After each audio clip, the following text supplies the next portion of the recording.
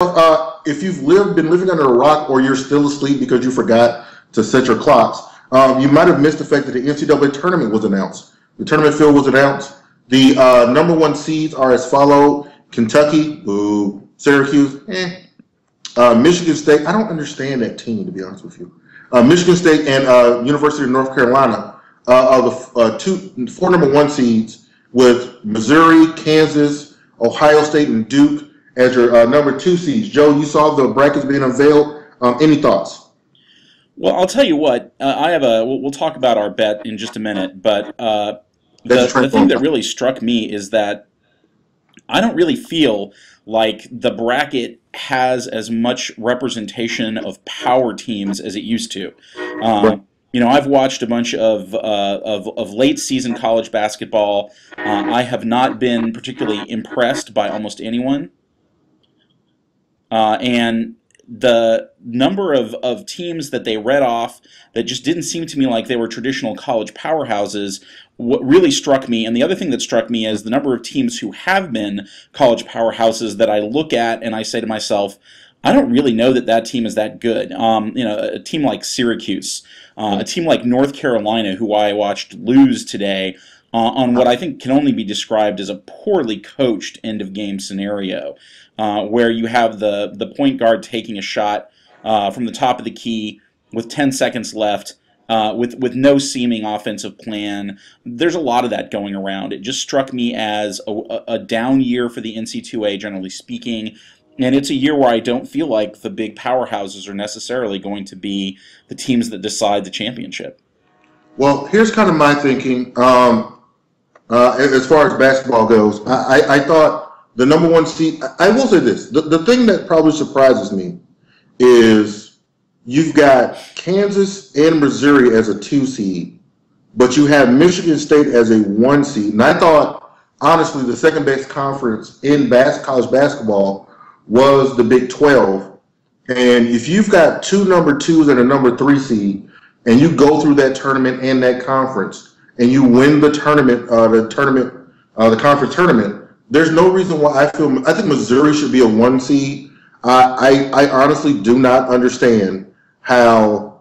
I would probably say either North Carolina or Michigan State is a 1 seed. I know Michigan State won the Big Ten title, but they only had to beat one legit team in Ohio State, and I don't know how good that team is. North Carolina didn't even win its conference tournament. It was Florida State, and if you watch Florida State this year in the ACC, you can make an argument they were the best team in that conference the entire year. And by the way, in a year in which the ACC was really down as a conference. Really down. Anyone who watched Georgia Tech play can attest to that. Yeah, for those of you who didn't pay attention, and by the way, I think this is a bellwether issue for the entire NCAA. Georgia Tech lost its first-round matchup in the ACC tournament, and in that game, they scored a total of 36 points. A total of 36 points. Well, but I think that's 13 less than what Syracuse, Louisville scored in the Big East tournament. So yeah, he won the tournament. So that probably tells you a lot. Really, that's a good point. Every year, Joe, we do talk about snubs. This year, really, there's only one major snub. And I'll plug it again. If you listen to the Missed on Points podcast and you listen to the interview with Ben Moore, Ben told you that there are a lot of people who were concerned about Drexel's strength of schedule, and it looks like that's their ultimate undoing, as they don't make the tournament and Iona makes it in, even though Drexel had tied the longest winning streak in the country and was 25 out of the last 27 games. Joe, do you feel any sympathy for Drexel? Sure, I feel sympathy for Drexel. It's not their fault, really, that their strength of schedule is so bad. They try to schedule teams that are hard against them, and it just doesn't work out so much for them. I feel sympathy for them. But with these 4 play-in games, it's not as though that would have been a particularly great boon for them to get into the tournament with one of these play-in games. At the end of the day, I guess it doesn't matter, but boy, it sure seems like the committee doesn't care a lot about the regular season. Well, the committee made this argument in some of the interviews that they did, and it was this conversation of, well, for example, Missouri was very close to becoming a 3 seed because they didn't schedule anyone out of conference. And I kind of feel like if you play in a major 6 conference that is the second best in the country, and your out of conference schedule is a little shady, I don't think that really matters. When it comes to some of these mid-majors, and I think Ben kind of touched on it, and I tend to agree. And ironically, us and Dick Vitale kind of agree that those schools don't get the kind of recognition or the kind of run that some of these other bigger schools get. Nobody wants to play Drexel on their home court. If you're, let's say, North Carolina State and you're on the bubble, can you afford to lose to Drexel, who, if they don't win their conference tournament, is going to be on the bubble automatically? I think Drexel should have been in, but, hey, someone made a good comment about this. I don't forget who it was. When you talk about the bubble, you're talking about who should have played in the Ponsetto Bowl during the bowl week on ESPN. Right. I like Drexel, but I don't know if they can pull a VCU and make it all the way to the Final Four. We're not talking about, I think, teams that ultimately could win an NCAA championship, let alone win 2 or 3 games. But the committee is definitely encouraging, not directly, not intentionally, but indirectly encouraging teams to participate in this conference realignment that's going on in football. They're encouraging teams that want to be involved in big-time basketball to support the movement to bigger conferences so that they can say they have a better strength of schedule. This is all going in that direction, which is not really at all what I think that college basketball necessarily wants for itself. But there's no question that's true. Well, we're going to have our brackets. Eric and I are each going to fill out brackets. We're going to post them on our new website. If you haven't been there, it's www.MissedOnPoints.com, and we'll post. Each of us will post our brackets there. But let's do just a quick reaction, Eric. What do you think in terms of the 4 directions, as I like to call them, on the bracket? Southeast, West, Midwest. Anybody got a particularly easy road for you?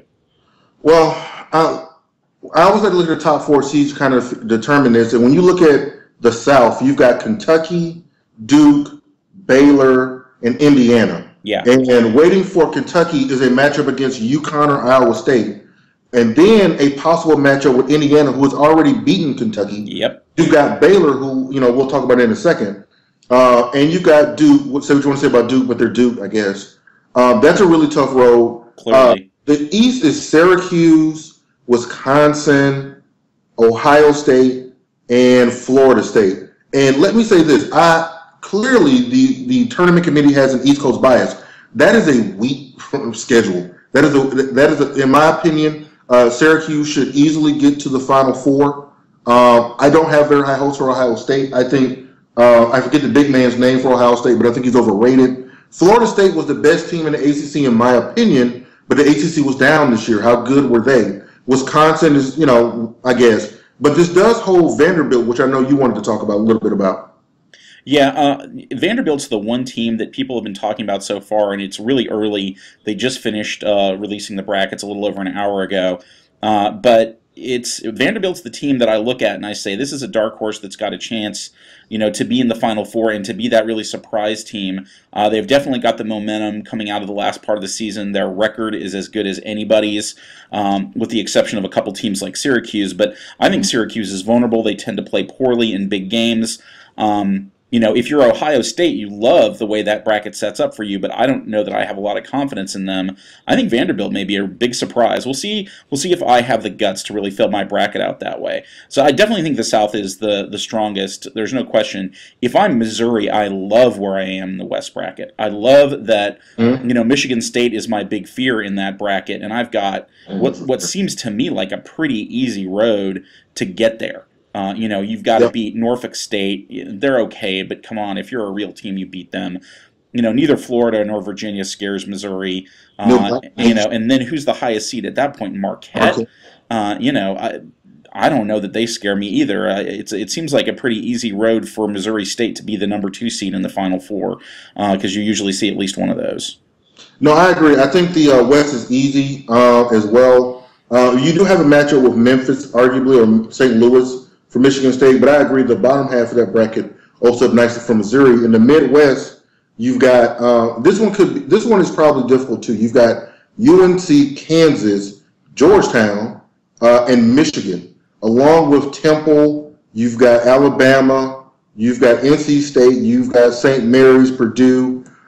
There's some teams in this division that I think can give UNC some problems, and UNC just has not played that well. No. We think they deserve to be a number 1 seed, but in this particular region, I feel like the 1 seed should be Kansas, the 2 seed should be UNC, and I think at the end of the day, they'll play that win until Kansas gets to the Final Four.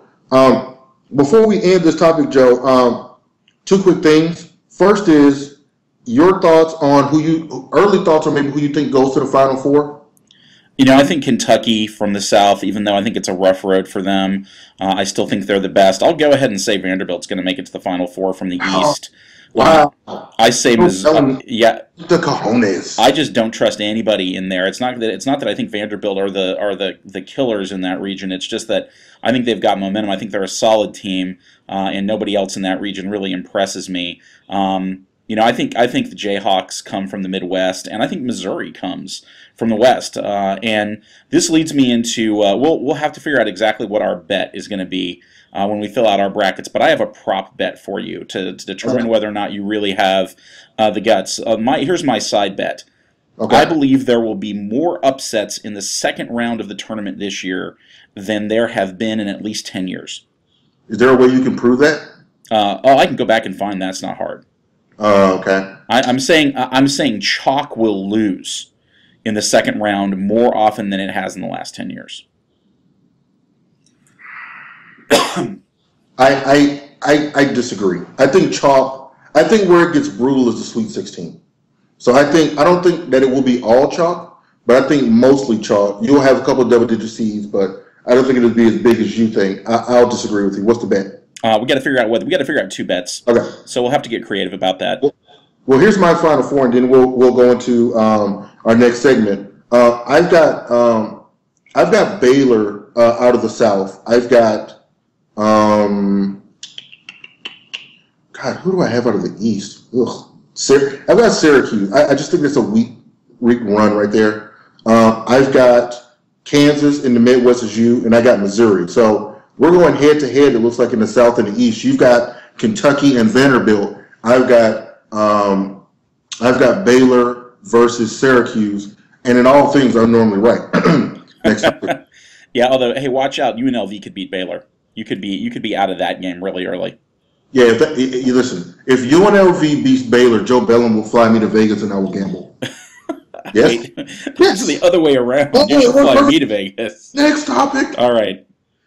Let's talk about the interview. For those of you who are aware, and it looks like a lot of you are, did an interview with Ben Moore, specifically focused on Georgia State. First off, congratulations, Georgia State University men's basketball team makes I believe a 1 seed in the CIA tournament. The first time Georgia State has actually hosted a home game and been a number 1 seed in a postseason tournament. So congratulations to Coach Ron Hunter on that. Joe, what were your thoughts on the interview? You gave a little bit of a tease of it at the beginning, but wait, before we begin, Joe, please let everybody know the website where they can fill out their brackets and benefit a good cause again, please. We will have a link on MissedOnPoints.com, which is our new website. But the National Association of Urban Debate Leagues, their website is urbandebate.org, has a charity bracket project that goes to a scholarship fund that was established in the name of Vince Binder, a good friend of mine and a stalwart in the debate community who was tragically murdered a couple of years ago. It's a great charity. Check our website for that, and you'll be able to find easy instructions on how to fill out a bracket for charity. It's a great cause. Absolutely, 100% agree. I will be participating. I believe Joe will as well, and a lot of our debate friends. But some of you who are not debate friends, it's a worthwhile cause. Go to www.urbandebateleague.org. Hear the story. It gives a scholarship in honor of Vince's name. So that's definitely something that we should do.